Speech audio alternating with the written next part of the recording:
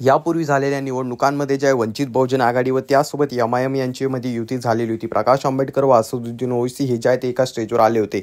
या दोन पक्षांनी ज्या महाराष्ट्रामध्ये युती केली आणि त्यानंतर महाराष्ट्रामध्ये मोठा इतिहास घडला. आपल्याला पाहायला मिळालं की त्यावेळेस होणाऱ्या वंचित बहुजन आघाडीच्या सभा असतील किंवा त्याचसोबत असदुद्दीन ओवैसी यांच्या होणाऱ्या सभा असतील, त्या सर्वच ठिकाणी ज्या आहेत चांगलाच त्यांना प्रतिसाद मिळत होता. संपूर्ण महाराष्ट्रभरातून ज्या सर्वच जनता त्यांच्या पाठीशी उभी राहिली होती. परंतु गेल्या काही दिवसानंतर या दोन पक्षांमध्ये वादविवाद झाले आणि त्यानंतर या दोन पक्षांची युती तुटली आणि त्यानंतर ज्या महाराष्ट्रामधून आशा व्यक्त केली जाऊ लागली की यांनी पुन्हा परत यावं आणि पुन्हा एकदा युती करावं.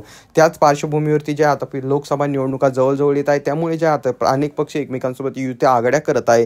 त्याच पार्श्वभूमीवरती असदुद्दीन ओवैसी यांनी एका पत्रकाराला मुलाखत दिली. त्या ठिकाणी बोलत असताना त्यांना जे बाळासाहेब आंबेडकर म्हणजेच वंचित बहुजन आघाडीसोबतची तुमची युती का तुटली असा प्रश्न केला गेला. तर त्यावरती बोलत असताना असदुद्दीन ओवैसी यांनी उत्तर दिलं की मला नेमकं माहीत नाही की आमची युती कशामुळे तुटली. त्यामागचं खरं कारण मला अजूनही समजलेलं नाही. प्रकाश आंबेडकर माझ्यावर कोणत्या गोष्टीमुळे नाराज झाले आणि त्यांनी आमच्यासोबतची युती तोडली. परंतु त्याचसोबत जे आहेत त्यांनी सांगितलं की प्रकाश आंबेडकर हे माझ्यासाठी भावासारखे आहेत आणि आजही मी त्यांना भावासमान मानतो. तरी तुम्हाला याबद्दल काय वाटतं खाली कॉमेंट करून नक्कीच सांगा.